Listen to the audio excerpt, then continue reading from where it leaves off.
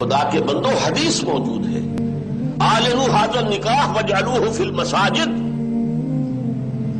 ترمذی شریف کی روایت، نکاح کا اعلان عام کیا کرو اور مسجدوں میں منعقد کیا کرو۔ کیا ہو گیا علماء کو؟ کہاں چھپا رہے اس حدیث کو؟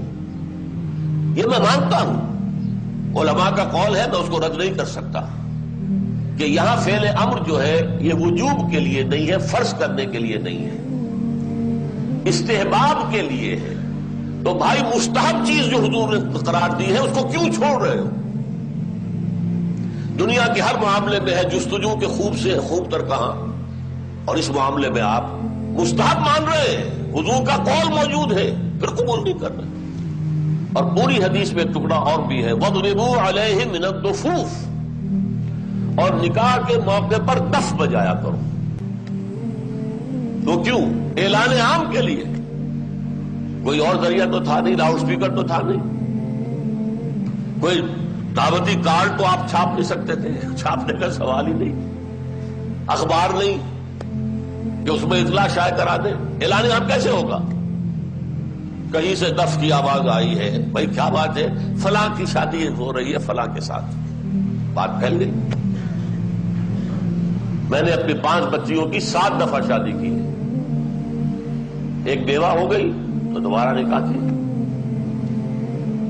ایک کی آگے خلا لینی پڑی تو اس کا دوبارہ نکاح، تو 5 بچیاں 7 دفعہ نکاح، اور میں اپنے آنسو کبھی ضبط نہیں کر سکا ان کی رخصتی کے وقت۔ اور میں صرف یہ کرتا تھا، کوئی کارڈ بھی نہیں، اخبار میں چھوٹا سا اشتہار کہ میری بچی کا نکاح ہے فلاں وقت فلاں جگہ، جو تشریف لا سکتے سر آنکھوں پر دعائے خیر میں شریک ہو جائیں، نہ آ سکتے ہو اپنی جگہ دعائے خیر دیں، بس ختم۔ کوئی دف بجانے کی اب ہمیں ضرورت نہیں رہی۔ تو اعلنوا ھذا النکاح واجعلوہ فی المساجد، اعلان عام طے کیا کرو اور مسجدوں میں رکھا، اس پر تو ہم عمل کر سکتے ہیں۔ اس کا میں واقعہ آپ کو سنا دوں۔ میں نے یہ تحریک شروع کی تھی، چیریٹی بگنز ایٹ ہوم، جب میرے سب سے چھوٹے بھائی کی شادی کا موقع آیا 1973 میں۔ سرگودیا ہمیں جانا تھا، 4 آدمی ہم گئے تھے، جن میں سے ایک ہماری والدہ تھی، اور وہاں مسجد میں نکاح، اور ہم نے وہاں کوئی دعوت طعام کہہ دیا تھا کہ ہرگز نہیں ہوگی۔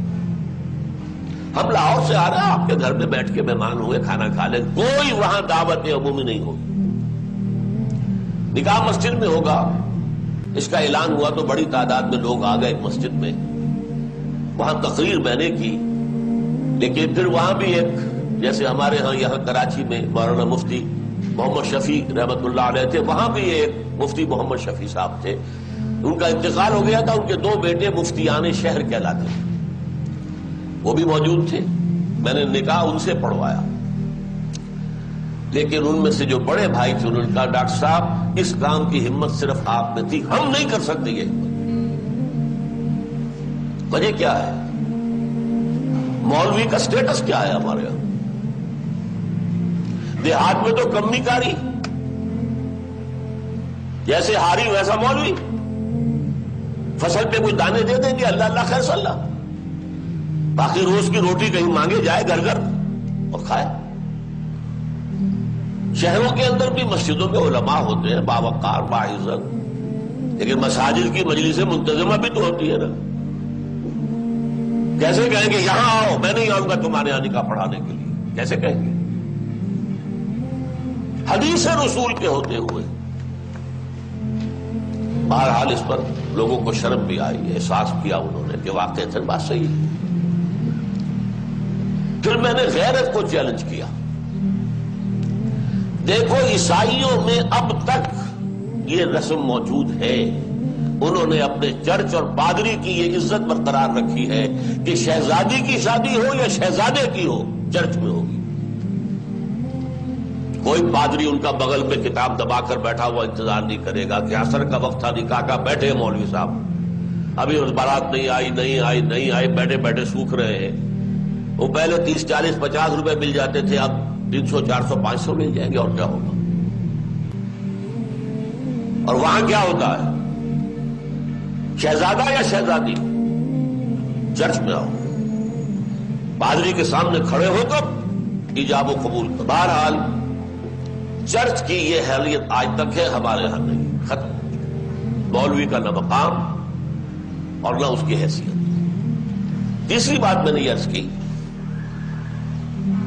کہ دیکھیے نکاح سے ایک نئے خاندان کا وجود آپ کے معاشرے میں ہوگا. اللہ اولاد دے گا، یہ خاندان وجود میں آئے گا. اس خاندان کے لیے دعا کی جاتی ہے، اے اللہ اس نکاح میں دین و دنیا کی سعادتیں اور برکات عطا فرما. وہ دعا کا ماحول ہوتا ہے. آپ نے اعلیٰ ترین سنہری قسم کے شامیانے تان دیے اور فرش میں آپ نے قالین بچھا دیے، صوفے لگا دیے، لیکن وہاں کیا ہوتا ہے؟ سگریٹیں پی جا رہی ہے، دھواں ہے، قہقہے لگ رہے ہیں، غیبتیں ہو رہی ہے. پھر یہ کہ کوئی بھانڈ آ گئے تو فحش گوئی ہو رہی ہے، اور ایک کونے میں بیٹھا ہوا بیچارہ مولوی کچھ من من من من من من کر کے پڑھتا ہے، جیسے کہ صرف دولہا کو سنا رہا ہے کچھ، اور پھر کہتے دعا مانگ لے. تو دعا کیا خاک مانگ لے؟ دعا کا ماحول ہوتا ہے. کوئی اللہ کی طرف توجہ ہو، کوئی رجوع ہو تو دعا مانگی جاتی ہے. لہذا اس دعا کا ماحول بھی جو مسجد میں ہے وہ اور کہیں نہیں.